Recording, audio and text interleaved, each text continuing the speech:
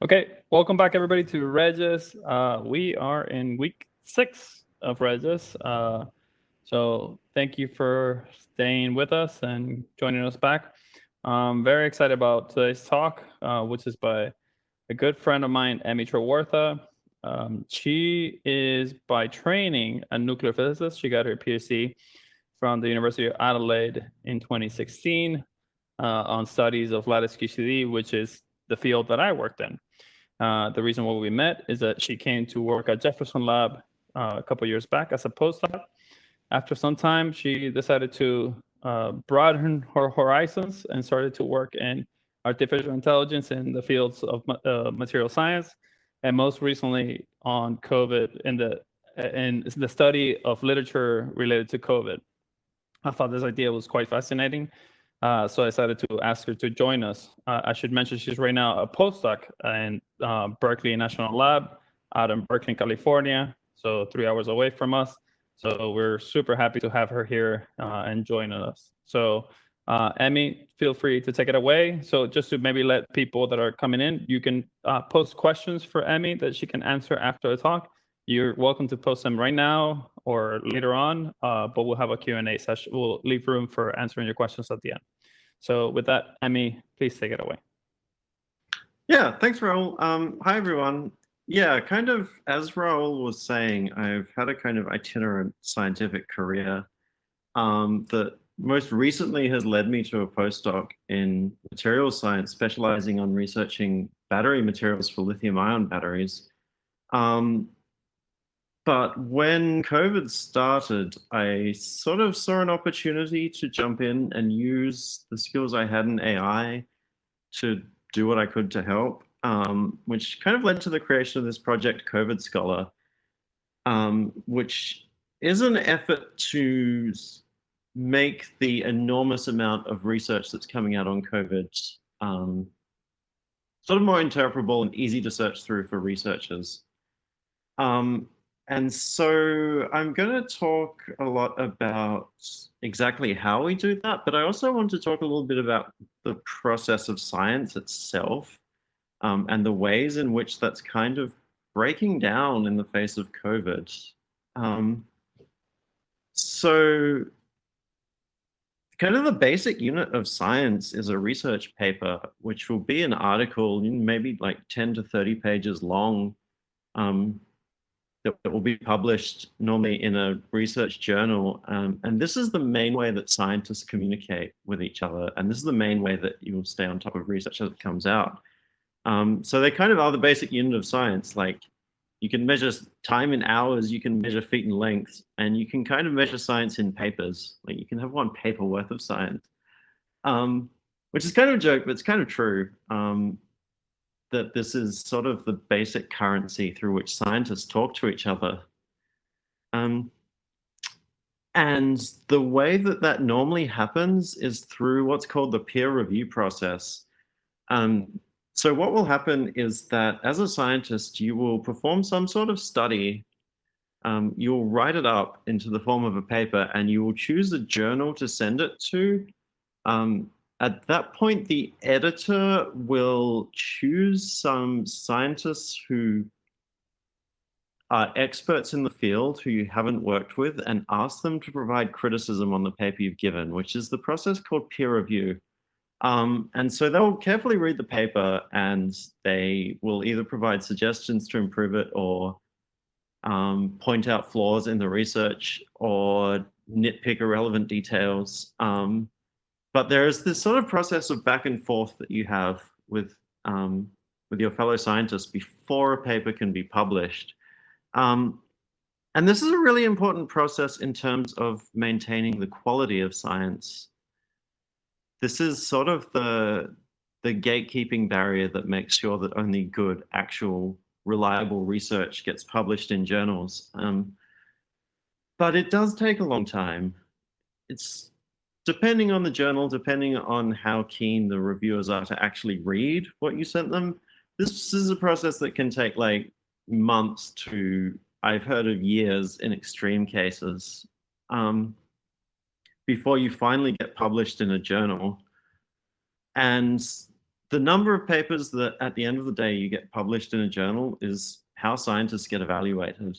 And so journals basically exist to provide this role of keeping out bad science, but also promoting good science. Like a really good journal will only have good science in it. So as a scientist, if you're reading that, you know that like what you're reading is trustworthy and interesting and important. So this is kind of traditionally how things have gone. Something that's happened in the past few years has been the rise of what's called preprint servers, which is another option to put your research out there.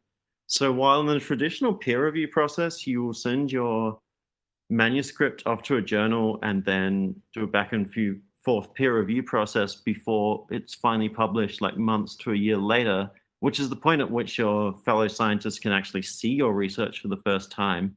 Preprint servers let you put your paper up immediately and make it available on the web straight away. And so it's increasingly been the case. So physics and math were the first fields to really seize on this model where you will first put your paper on a preprint server and then you will submit it to a journal where it will eventually be published. And the preprint server lets you make it visible to people earlier and lets you get some feedback from people. That's been happening since the early 90s in physics and math. This has really taken off in fields like biomed and medicine in like the past 5 years.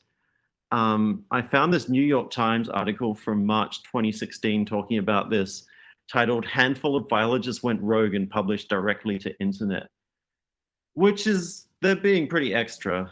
But it's kind of a sign of how outside of the norm it was, even in 2016, to publish your research directly to a preprint server and then go through a journal rather than just strictly go through a journal.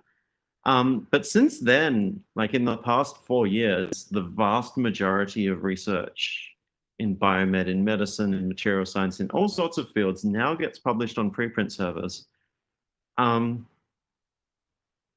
And yeah, I just grabbed this list of like 44 different preprint servers that have sprung up in the recent past. And this is not even complete. There's like literally hundreds of these websites where you can submit papers before you submit to a journal. This has really like changed the face of scientific publishing in the past 5 years. And so the important things about preprints is that they are immediately accessible so that you can immediately both disseminate your results and get comments on it. They're totally public. You can just go on the internet and find any preprint. There are no licensing fees to read them, which is kind of important because the journals will charge quite a large subscription fee to read their papers. So often the actual process of scientific research is kind of hidden from the public behind this paywall, but preprints have sort of bypassed that since anyone can go and read them now. They can be published by anyone at any time. There's sort of a minimal level of quality control to make sure you're not submitting like spam, but really there's not really any sort of content control, and they're definitely not peer reviewed. So it's both good and bad for science. It gets your research out there faster. It bypasses quality control. But where scientists actually communicate with each other, and when what is written in a paper sort of sinks in and becomes community knowledge, like within the field of scientists, is scientists talking to each other. You know, the kind of conversations you will have at a water cooler with your colleagues are like, did you read that paper recently? So there is this level of quality control that is peer review, but really, I think it's fair to say that the true measure of science and whether it actually has an impact is word of mouth and the way people end up talking about it.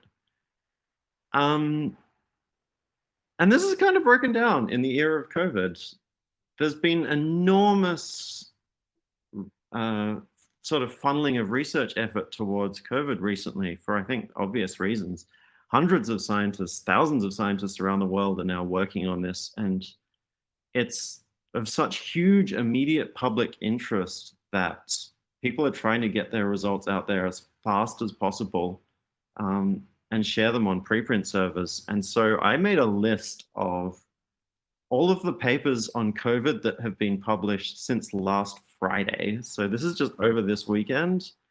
And there was like over 1,000 of them. I can't even fit them all on one slide. These are just the titles. So you can imagine, as a scientist, if you're looking at a preprint server, how are you possibly going to look at those and pick which are the interesting papers, which are the important ones? Are there flaws in these papers? On a preprint server, they kind of all look the same. Yeah, there's now over 500 different articles every day. So it might have been maybe tens of articles in the entire field before COVID, but now there is this absolute deluge of research coming out, and it's coming out primarily through preprint servers, which means it doesn't have quality control going on. So the old ways of publishing and disseminating science are pretty much breaking down. There's no time to do peer review, and there's not really any time for your colleagues to read all of these papers and think about them and spread through word of mouth what the good and interesting results are. It's just too urgent, and there's too much. So I kind of want to illustrate a kind of case study of how this has been important in COVID. So there's this sort of famous/infamous paper that came out in April 2020. So this was in the very early days of the COVID pandemic, well, at least as it affected the US. This was before shelter in place, this was before lockdown, this was when people were still making really important decisions about how we were going to respond to this. And there was this paper put out by a research group in Stanford. So this was a serology study. So serology is the study of viruses, and it's the study of how many people have antibodies to a certain virus, in particular COVID-19. So what this study did was, this was the very first time that anyone had done a random population scale test in the US of how many people had COVID-19. I don't know if you remember back then, but there was a lot of uncertainty because there was very little testing around, and it was unclear how widespread within the community this was. And there had been some shocking results coming out of, there was a study in Marseille in France in particular, suggesting that maybe many more people had COVID-19 than had otherwise been believed.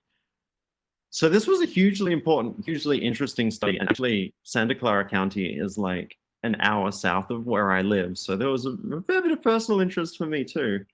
And so it came out as a preprint, which is a totally reasonable decision. If that had waited like 3 months to be published in a journal, it would be too slow. We wouldn't be able to make decisions based on that because everyone would have COVID anyway.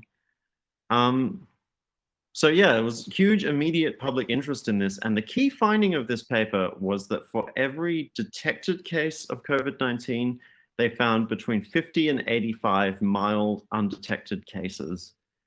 So this was way back in April, and they were suggesting that something like 5% of the population had already had COVID, and it was asymptomatic and not worrying. And the main sort of implication of that was that with the relatively small number of COVID deaths at that point, it was suggesting that maybe COVID was not nearly as deadly as people had been led to believe. And so this was immediately seized upon by various news outlets. I found these two headlines. So these are both from April 2020, which is just 3 days after this came on a preprint server. Both of these articles were saying that lockdown was unnecessary because COVID was not nearly as deadly as we'd been led to believe. And if we just let the pandemic play its course, then things would not be that much worse than the average annual flu season. But of course, I mean, as we all know now all too well, this was really wrong, like really badly wrong. And this paper ended up being revised but it was not revised until May 11th, which was, what, 3 weeks later, they put a new paper, a new preprint up, correcting these results. And the errors with the paper had been like really simple things. The test they were using was not reliable enough to justify the conclusions they were drawing. The random population sampling they were doing was not random enough, so it was biased towards people who were more likely to have COVID. These were things that were immediately clear to researchers who read this within the first few days. Like, I remember at the time, there was a lot of hype in the scientific community, or at least as much hype as scientists are capable of generating, for this result, for this study coming out. And I was in a meeting like the day that it appeared online with epidemiologists who basically were already saying that the methodology was really bad and these results were not trustworthy.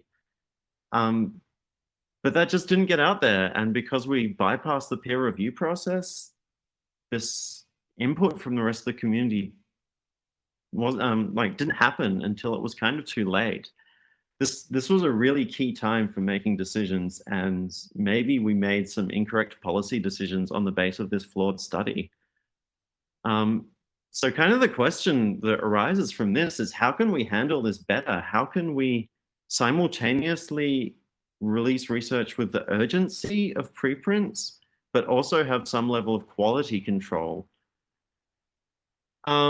And so this is where I kind of fit in. So at the time I was working on this project called MatScholar, which was, it was an effort to identify materials from millions of material science papers and extract the recipes for building those materials in a lab. And we produced this website, MatScholar, through which people could search these for these material recipes.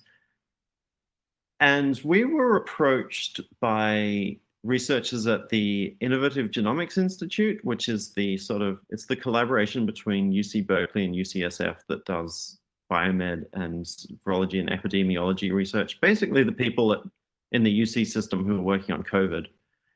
And they said that they were having trouble staying on top of the research on COVID that was appearing. They, at the time, they had a Google Doc that they stored papers in with a few handwritten comments, and it was becoming so large they were not loading it quickly, like on their computers. There were hundreds of papers and no one could get anything useful from it. So they asked us if we could build something similar. And then things got a little out of hand. And then the end result is COVID Scholar, which is this website we built to do COVID-19 literature search. And so this is pretty much, it's a search engine for COVID papers. At this point, we have a user base of over 1,000 scientists weekly. We have a collection of more than 100,000 articles, including 55,000 on COVID-19 specifically. This is the largest COVID-19 specific literature collection available anywhere. And what our website will do is collect every preprint as it appears online, clean it, analyze it, and make it searchable within 15 minutes of appearing online. And it does this all entirely automated, which is why I can be here talking to you now instead of looking at preprints.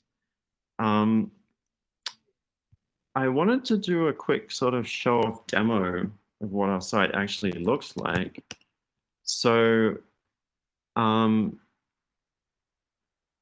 we have a number of cool features. You can see that we extract research as it appears within the last 24 hours. And we do things like use machine learning to say whether this paper is actually about COVID-19.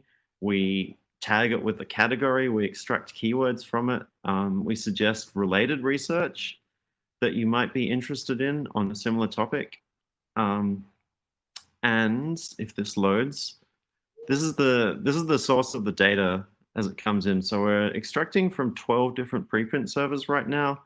And this is a plot of the daily influx of papers. And you can see there's hundreds of them coming in every single day that we're collecting. And otherwise, those hundreds of papers would be distributed across many, many different websites. So I kind of want to skip that because I taken longer than I thought to get it to this point. And so this is all powered by natural language processing, which is the branch of AI that studies human language. And this is really only possible thanks to enormous recent progress in the field of natural language processing.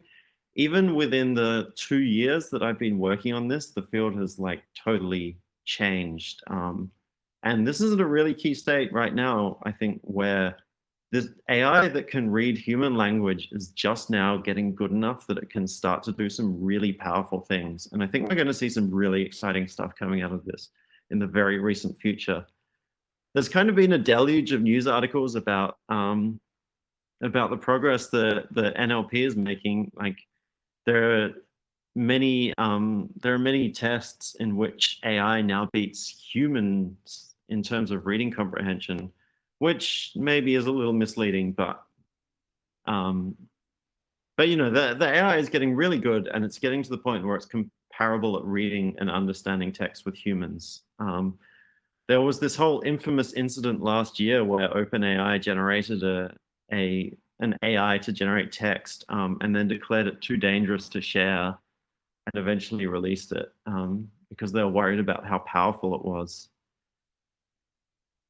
You can even do things now like AI Dungeon, which is powered entirely by AI, which will generate stories on the fly.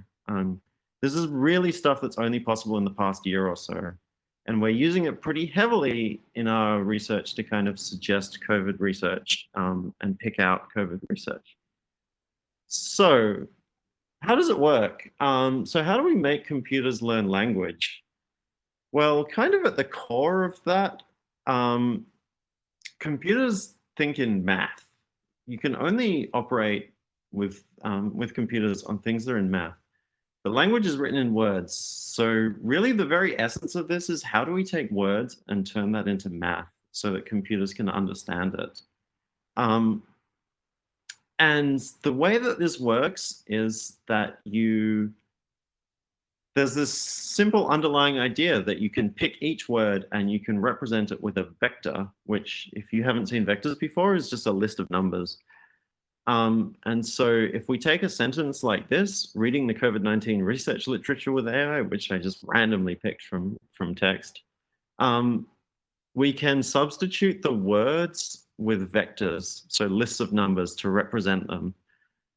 And then what we have is we've rephrased this sentence in terms of numbers, and now we can do mathematical operations on it. Now we can ask computers to analyze it.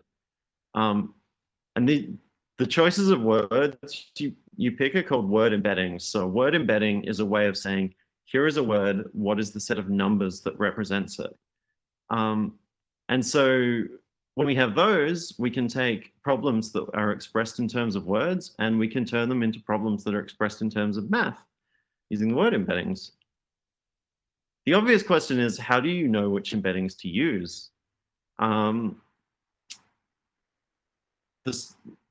The sort of underlying intuition here is that we say that maybe the words that appear in similar contexts should have similar embeddings, which seems pretty reasonable. I mean, if a word has a similar meaning, then maybe it's the embedding in word embedding space should be similar. The numbers that represent it should be similar. So if we take two different sentences from text like these two, the patient was treated with hydroxychloroquine and the patient was treated with remdesivir, we can pick out these two words and say, these are a similar context. The words surrounding it are similar. So these two words probably have similar meanings. And they do, they're both drugs. And so then the embeddings that represent them should be similar too. So you can see the numbers representing them are somewhat similar. And so how do you pick the numbers that will fit this? How do you pick embeddings where words with similar meanings have similar embeddings? The basis of this is what's known as the skipgram model. And this forms sort of the underlying basis for most of modern AI understanding of language. And so the idea here is that we can take a sentence from text, like this one again, and we can pick out two words in that text. And we call one of these words the target word and one of these words the context word. And then we blank out the context word and we say, can we predict what the missing word is using the target word? So knowing research, can we predict that this context word should be reading? And can we do that using the word embeddings we've generated? And so then we can pick the embeddings for reading and research that would predict that they appear in the same context, which is the same sentence in this case. And then we can do that over and over and over many, many times on all of the text we have to do this for our entire vocabulary. So the core of how this works, start to finish, is that we make a list of every word that appears in our text at least once, the vocabulary. We pick a random embedding for each word, like these random ones that I came up with. We choose a sentence from the text. We pick the target and context words. We try to predict the context word from the target word, and then we adjust the embeddings from the context and target words so that the context and target words have more similar embeddings because they appeared in the same sentence. And then we repeat those steps a few 100 million times. And that's how you get word embeddings.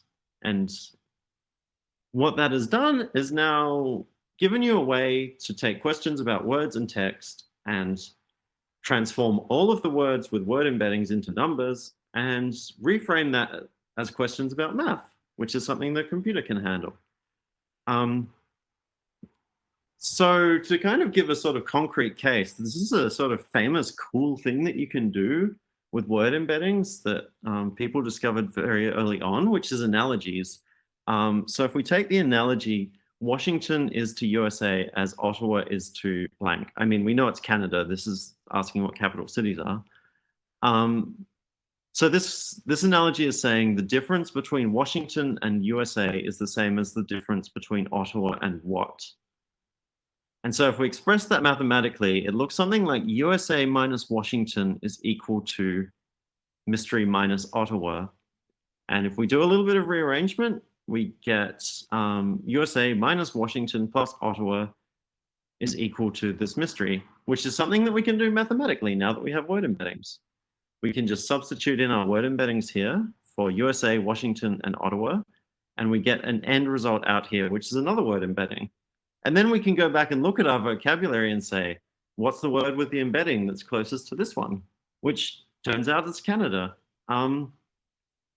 So this is like, it's kind of it's not a particularly useful example to be able to do analogies, but it's kind of illustrating how you can take questions that are framed in terms of text and rephrase them as math problems and solve them.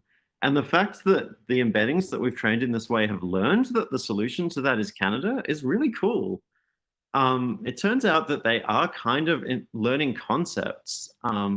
So if you look at embeddings, there are things like if you look on the right, if you look at the embeddings for countries and their capitals, it's consistent that like the difference between a country and its capital, the difference between those two embeddings is the same.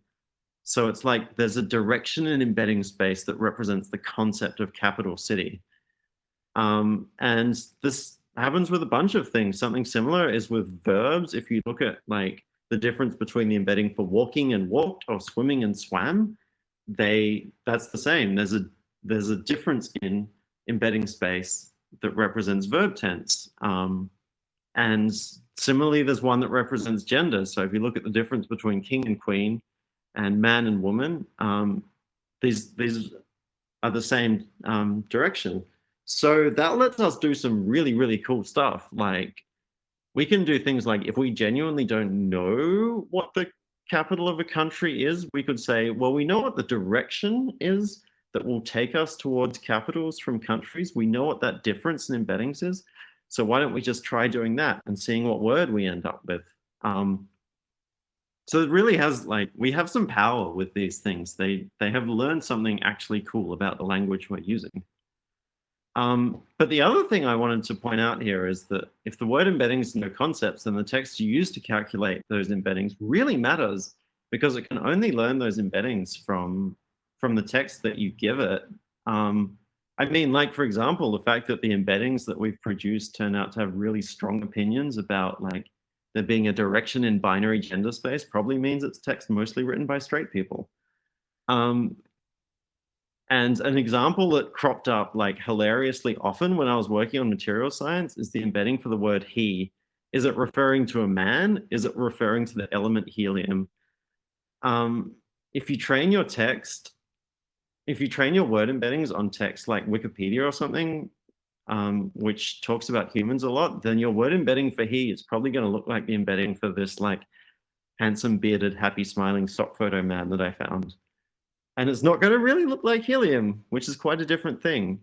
So in order to get good embeddings for us to talk about material science, we have to get material science text. To get on my soapbox a little bit, any AI algorithm is only as good as the input you give it. All that this is doing is learning what we teach it.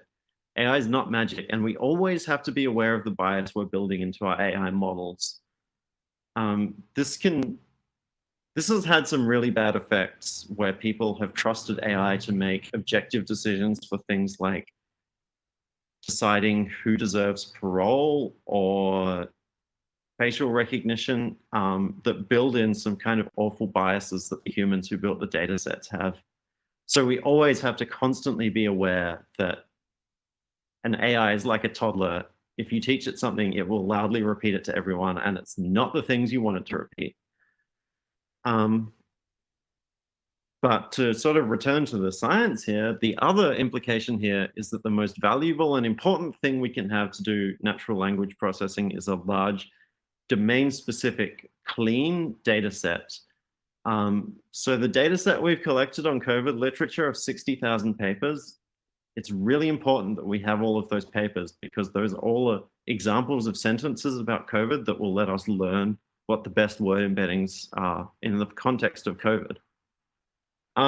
So I wanted to show off what it looks like. So this is a visualization tool we built that each of these dots is a word embedding from our COVID text. If I hover over it, you can see which word it represents. And the distance between these dots represents the distance in embedding space between these concepts. And so you can see that like similar words like extrinsic and intrinsic have nice similar word embeddings. And we can do some cool stuff. Like if we look at cytokine, so cytokine is a protein that triggers autoimmune responses, and that's turned out to be kind of important for the mechanism of COVID. And so we can look at just the embedding for cytokine and the nearest 500 points, and we can look at what words turn out to be similar to cytokine. And it's some cool stuff. The most similar is like cytokines, the plural, which makes sense. But all of these words that are floating around here, like this CXCL5 and MIG, turn out to be proteins that are related to cytokine. And there's even, see if I can find it in here. There are even drugs that here we go, like loperamide. Some of the drugs which treat this have also appeared nearby, which is really cool because now we can do things like, well, if we know that cytokines are important, we can look for the drugs that have similar embeddings and like maybe those are good suggestions for drugs to treat this. And this is all kind of automatically generated by AI from the text that we have.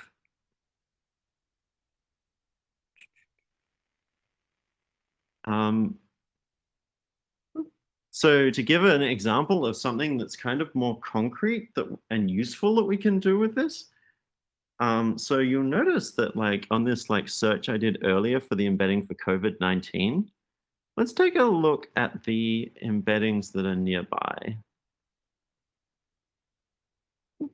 So the most similar embeddings are things like nCoV and corona and coronavirus and SARS and CoV and MERS. These are all synonyms for COVID, and they're all very similar in the embedding space. So we can use word embeddings to automatically detect synonyms, which when you're making a search engine is actually a really useful thing to be able to do. So if someone goes to our search engine and types in a search for COVID, we can do something called query expansion, which is behind the scenes. the AI will say, well, I know that the embeddings for COVID-19 and nCoV and coronavirus and SARS-CoV-2 are all pretty similar to the embedding for COVID.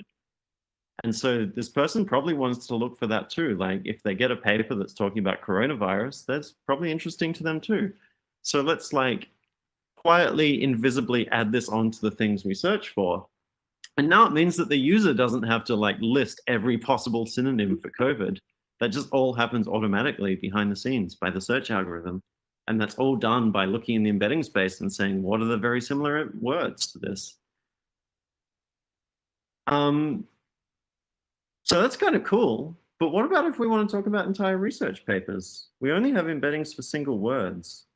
Can we use this to analyze research papers? So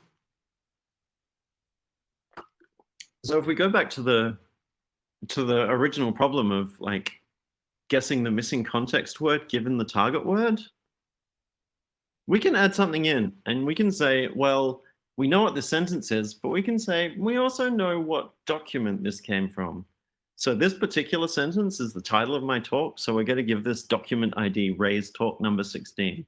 But if we pick a sentence out from a paper, the document ID we give it will be something like what the paper is that's from. And now we say, if we know the target word and we know the document that the sentence is from, can we predict the missing context word? So we give the AI this little extra piece of information and say, now you know what document this sentence is from too.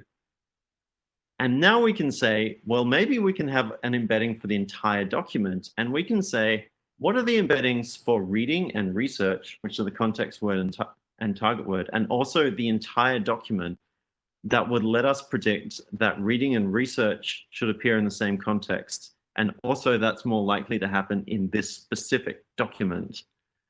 And once we've done that, we have embeddings for entire research papers. We have a vector that represents the content of the entire research paper.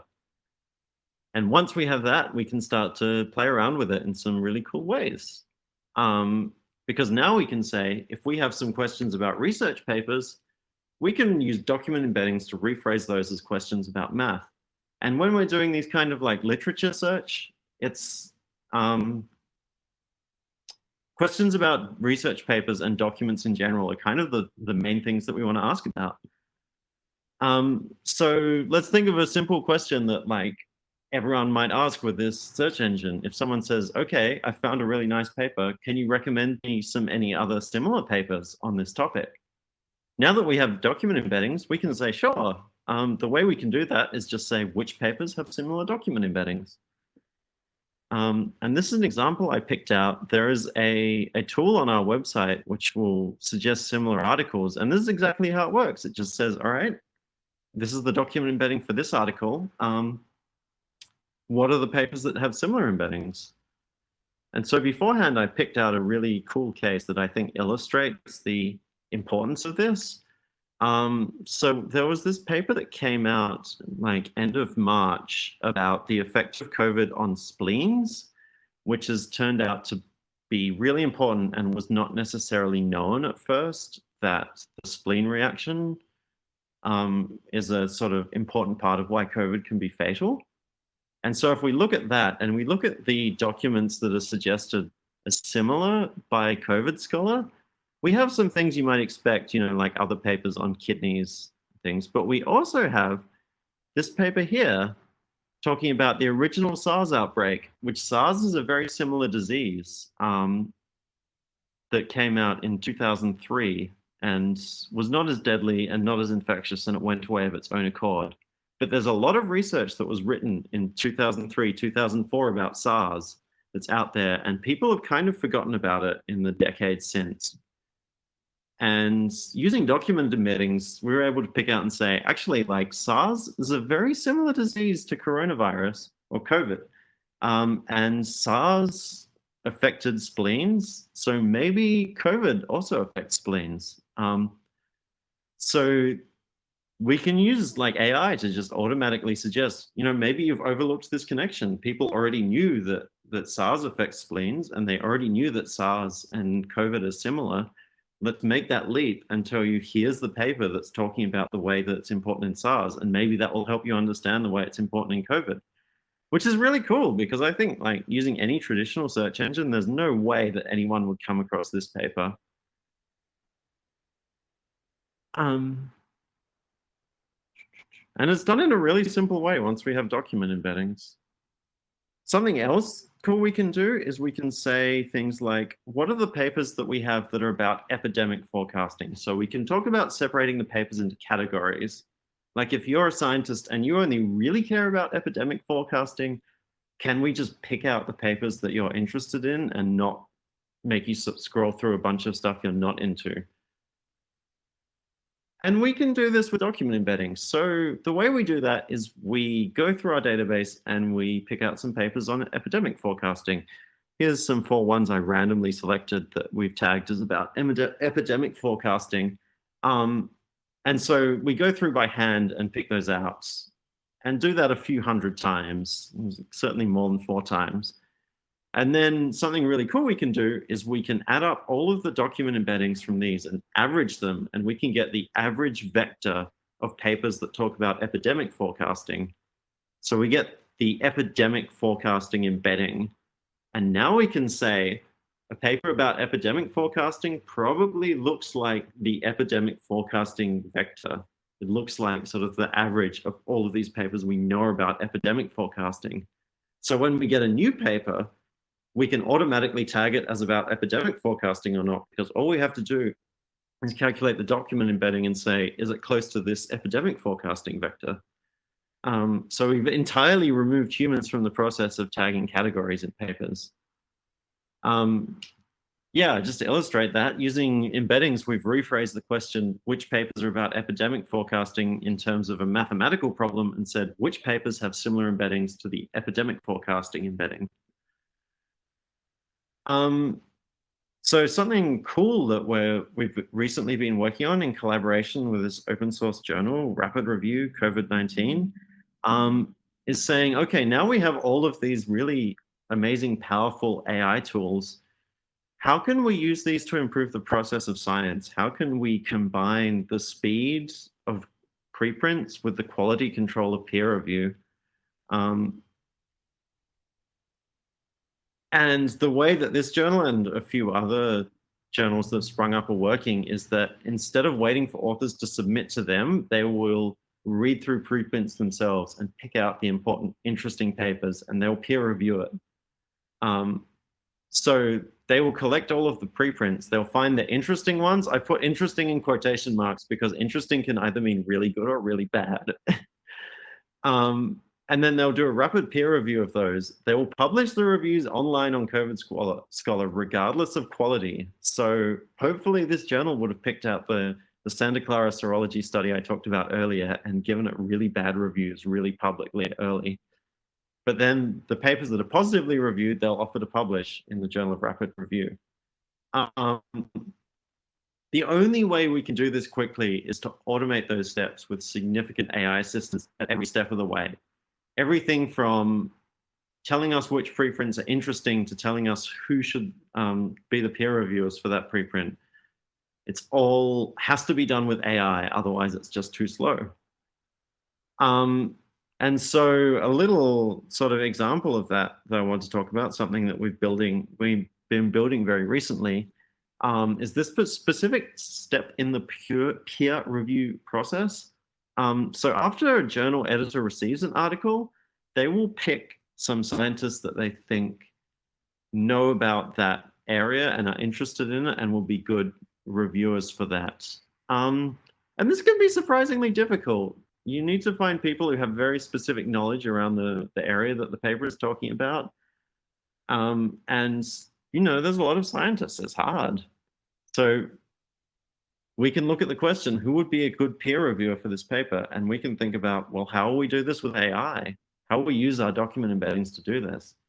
And something we've been working on is we have the central idea that you take all of the papers that someone has written. So like, as an example, here are 4 papers written by me. And, we take those plus all of the other papers this person has written, which in my case is a few more. It's not 100 more, but it's a few more. And we can average those. And then we get something that we can call the Amelie Trewather's research embedding, which is the direction and embedding space that looks like the research I'm interested in. And I've kind of jumped about a bit, so this is probably not a particularly useful embedding, but for scientists who have a longer attention span, this is probably going to point in a pretty consistent direction. So now we can say, instead of who would be a good peer reviewer for this paper, we can say which scientists have written papers that have similar document embeddings to this paper, which scientists have an embedding that represents their work that's similar to this paper. So that's just one example of something that we've got in place right now, but we're going to be building this out more in the future, and we're going to be answering questions with AI, like we're going to be predicting which papers are going to become popular. We're going to be doing things like, look at the claims in the paper. Is there past research in another field that already talked about this? Often with slightly different language. And we can say, what are the past papers that support or oppose this particular claim that you're making in a paper? And things like, where are the gaps in research? What are the things we'd expect to be researched but have not? Things like SARS and COVID are similar diseases, and we know that SARS had a big effect on spleens. We should look at whether spleens are important for COVID. These are the kind of gaps in research that we can pick out with AI. So there's a very exciting future for the role of AI in science. Working in collaboration with scientists to make suggestions and sort of sift through the research and find what's important to them. And this has got a huge push thanks to COVID, but I think it was happening anyway, and I think this is going to be a huge trend in science in the future. So thank you.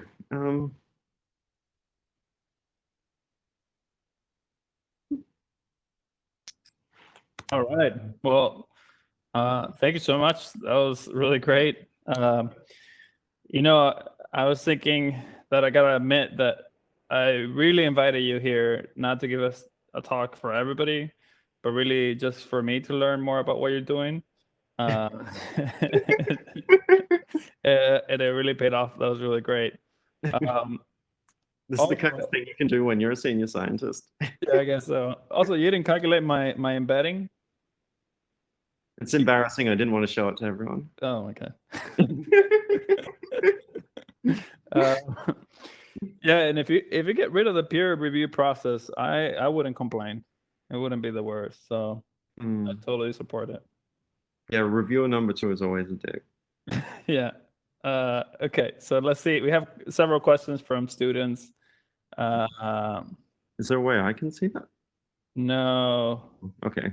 The only way, yeah. So they send them to me, and then I'll read them to you, and then we'll go from there. Okay. So we have some comments and some questions, and there's also a little bit of time delay, so the questions might trickle in even more, but we already have several. Mm-hmm. So we have a comment from Thais Diaz Soto from Puerto Rico saying, amazing work. Lots of exclamation marks. Thank you. This is immensely helpful for our current situation and could also help other events or similar future occasions. So that was just a nice comment. There's a lot of comments. Thank you to those people. Yeah. So we have a question we have 2 questions actually from Jonathan Chen from New York. The first one is, can we use NLP to detect bias in research papers? And then I'll ask the second question. That's a good question. And I'm going to give a kind of hedged answer and say both yes and no. And the reason I'm going to say both yes and no is we can only detect bias if we know what an unbiased baseline to compare to would be.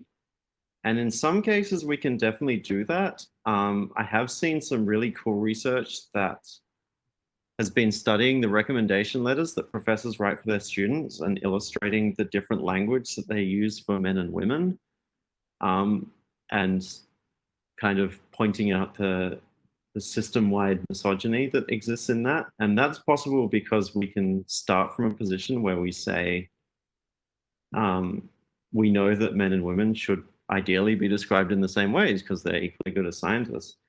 But it can be a little more complicated in other cases of bias where it's not always obvious what that baseline should be.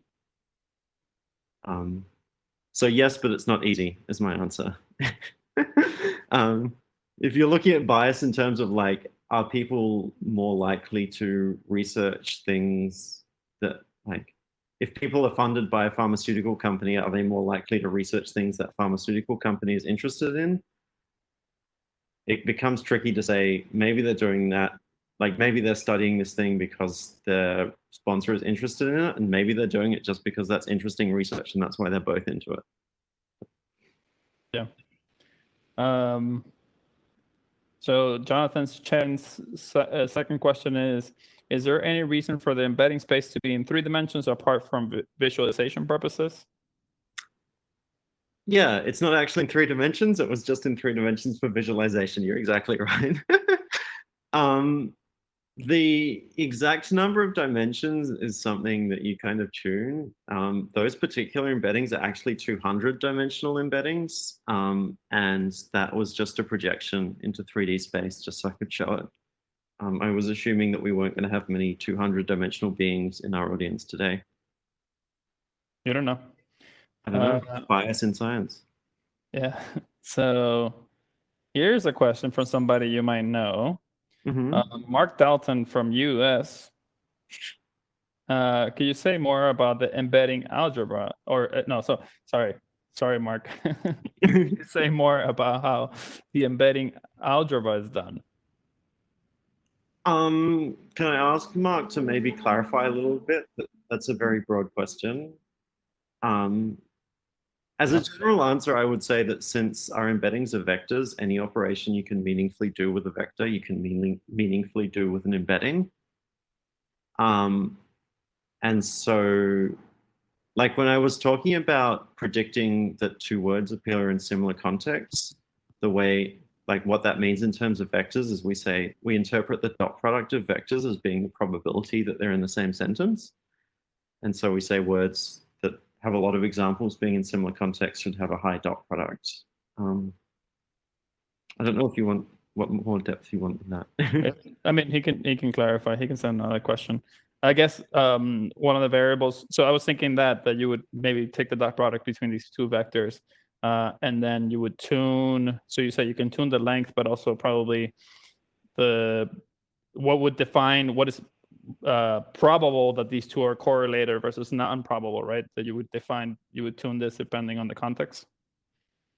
Yeah. I mean, you always say that like if the dot product is 1, it means that they always appear in exactly the same contexts. Right. So it's kind of imposed on you a little bit, but yeah, the scale is something you tune. There's a lot of tuning, parameter tuning that happens behind the scenes. Gotcha. Okay. So we have a question from Gabriel Gerardo Palacio Serrano from Norfolk, Virginia. This is absolutely impressive. Thank you for such an awesome and understandable presentation. What are the biggest issues you have found while developing this great tool? Which maybe you can clarify. How long have you guys been working on developing this website? We started working on this website in early April. So it's been 4 months. Far and away, the biggest issue we have found is just collecting all of the data and putting it into a nice format. Every preprint server has its own standards for how it like lays things out. And it's not like exciting work, but someone has to sit down and just write down like, when you get the data from this preprint server, this is how you extract the abstract, and do things like turn all of the dates into the same format. And something that I have learned is that people have come up with a lot of different ways of writing dates. So by far and away, the most work is in collecting and cleaning the data. I'd say that's like 90% of the work. Okay, so here, let me read some of the questions. Or we have. I actually had something like, could I add on to that? I had something that was like totally different, that was maybe interesting. So something that I've discovered is actually a really big problem is that when COVID started, there were a lot of tech people who really wanted to help. Like all of the tech companies, Google, Facebook, whatever, really wanted to help. And they have really good AI skills.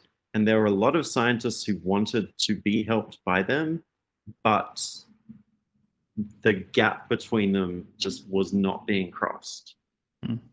Tech people were building tools that were not actually what the scientists were interested in, and so they were just not being used. And the scientists just didn't know about good tools and were not using them. So that communication gap between tech and science is a huge issue. That's interesting. I would have more questions about that, but maybe I should continue on to the other people's questions. So Marco Antonio doesn't say a location. I think he provides a zip code. Could AI be used to identify gaps in a field for identifying opportunities of research? That's a great question. And the answer is yes. And we have some really exciting results to show that that's possible and a very cool thing and useful thing that you can do.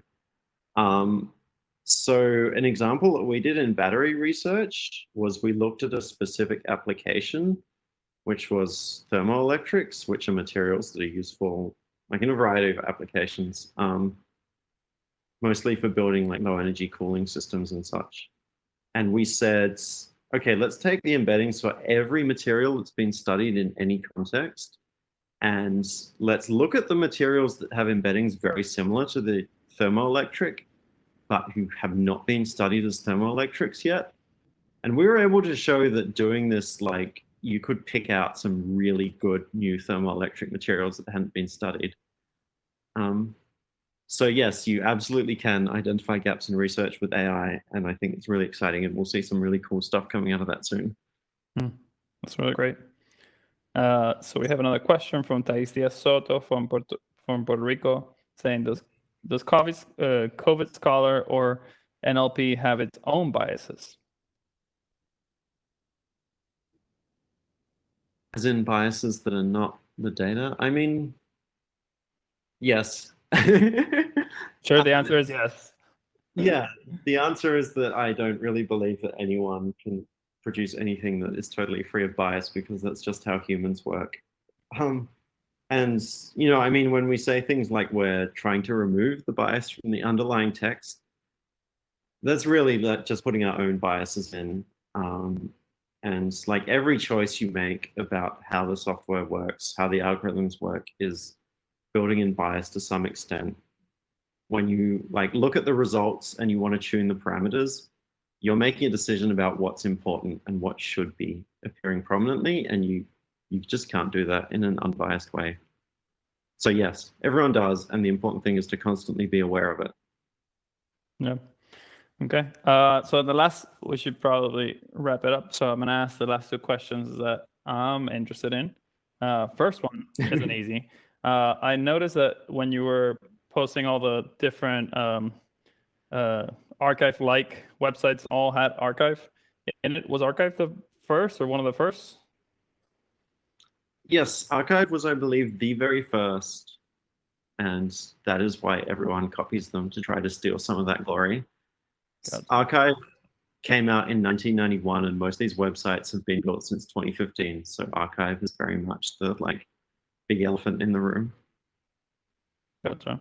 And the other one's more personal. So I mean, you were trained in a completely different field, right? You were trained as a nuclear physicist and lattice QCD in particular, and you've been able to grab your skill sets and transform them relatively easily in a short amount of time into completely different fields, first in material science and now in COVID-related research. I mean, retrospectively, do you think this had to do something about your training, or what parts of your training helped you to be manual enough to be able to jump this kind of and be able to jump into different fields? And perhaps what would you say to young, I know we have several students that are in a similar field, and so any types of messages you want to pass on to them? That's a very good question. I would say the main reason that I have been able to jump around from field to field like this is that AI is a very general tool, and right now everyone is interested in AI, and I know about AI, so people just want to work with me. But I would say, like, the reason that I can do that is that physics gives you a very strong mathematical background and intuition, and sort of the ability to translate between some sort of problem you're interested in and turn that into a mathematical system and think about it as a mathematical object. And I think that's incredibly important and valuable in every field. And that's kind of the main skill, I think, that I got from physics that has let me do this. And in terms of advice, I would say, like, most people would not advise you to do what I have done in terms of jumping from field to field. But the main piece of advice I would give is that, like, if you're in science, do science because you're interested and passionate about it. And if the thing you are passionate about changes, you just gotta follow. Yeah. Well, I think that's all the time we have, but it's been really great having you, Emmy. Thanks for taking the time and telling us about this amazing tool that you've helped develop. So we have other comments from people basically saying thanks. So thank you so much. It was a pleasure. Thank you so much all for listening and great questions. And thanks, Raul, for inviting me and organizing this amazing event. All right. Well, take care, everybody. See you tomorrow.